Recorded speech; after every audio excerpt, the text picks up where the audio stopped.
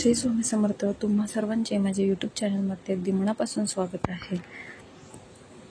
तर बघा, आता स्वामींचा प्रकट दिवस झाला. आता येणारा दिवस म्हणजे स्वामींची पुण्यतिथी.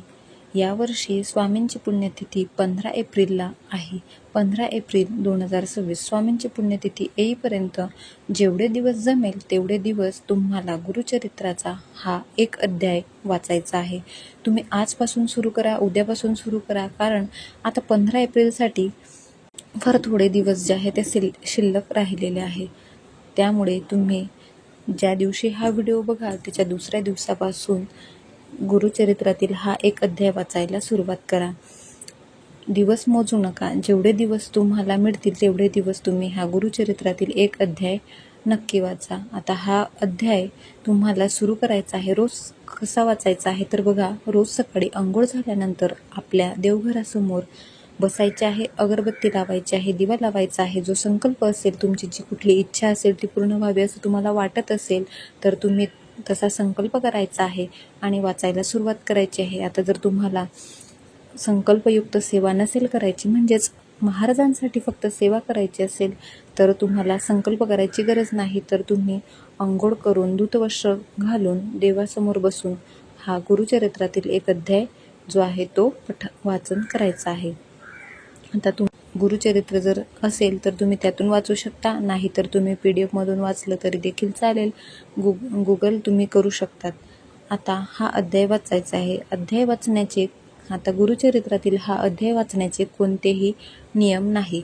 फक्त एकच आहे की जेवढे दिवस तुम्ही हा अध्याय वाचाल, म्हणजे 8 दिवस, 11 दिवस, 5 दिवस, 7 दिवस, 3 दिवस, तेवढे दिवस तुम्हाला मांसाहार हा करायचा नाही. व्यसन जे आहे ते करायचं नाही, वाईट विचार करायचा नाही, कुणाला वाईट बोलायचं नाही, परांना जे आहे ते घ्यायचं नाही. म्हणजेच काय तर सेवा करत असताना कुणाचं वाईट होईल असं तुम्हाला जे आहे ते चिंतायचं नाही. स्वतःला चांगलं शुद्ध ठेवायचं आहे आणि मांसाहार जो आहे तो कडकडीत वर्ज करायचा आहे. तर रोज सकाळी शुद्ध असतो म्हणून सकाळी सकाळी हा अध्याय वाचला तर खूप चांगलं. तर तुम्ही अंघोळीनंतर लगेच हा अध्याय वाचू शकता. आता हा गुरुचरित्राचा अध्याय म्हणजे कुठला तर बघा, गुरुचरित्रातील 14वा अध्याय.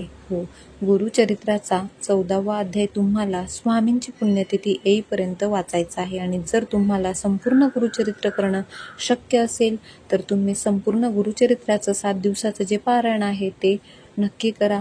गुरुचरित्राचं तुम्हाला 7 दिवसाचं पारायण करायचं असेल तर तुम्हाला त्याची सुरुवात ही 9 एप्रिल 2026 पासून ते 15 एप्रिल 2026 पर्यंत म्हणजे 7 दिवसाचं जे पारायण आहे ते करायचं आहे. आता हे पारायण जर तुम्ही करत असाल तर मी तुम्हाला विनंती करते की तुमच्या जवळपासच्या स्वामी समर्थ केंद्रामध्ये सामूहिक गुरुचरित्राचं पारायण जे आहे ते होत असतं. तर तुम्ही तिथं जाऊन जर तुम्हाला पारायण करणं शक्य असेल तर नक्कीच तिथं जाऊन पारायण करा. नसेल शक्य तर तुम्ही घरी करा. आणि बघा, घरी देखील गुरुचरित्र पारायण करणं शक्य नसेल तर मी जे तुम्हाला आज सांगितला तो गुरुचरित्रातील तो अध्याय तुम्ही अगदी श्रद्धेने, भक्तिभावाने, मनापासून पठण करा. बघा, तुमच्या मनातील सर्व चांगल्या इच्छा स्वामी महाराज नक्की पूर्ण करतील. तुमची जी कोणती इच्छा असेल ती स्वामी महाराज, दत्त महाराज पूर्ण करतील. कारण हा जो ग्रंथ आहे तो मनोरथ पूर्ण करणारा ग्रंथ आहे. म्हणून अगदी विश्वासाने, श्रद्धेने या अध्यायाचं जे पठण आहे ते तुम्ही नक्की करा. व्हिडिओ आवडला असेल तर व्हिडिओला लाईक करा, जास्तीत जास्त लोकांपर्यंत शेअर करा, जेणेकरून जास्तीत जास्त लोक या सेवेमध्ये सहभाग घेऊ शकतील. आणि कमेंटमध्ये श्री स्वामी समर्थ किंवा गुरुदेव दत्त लिहायला विसरू नका. धन्यवाद.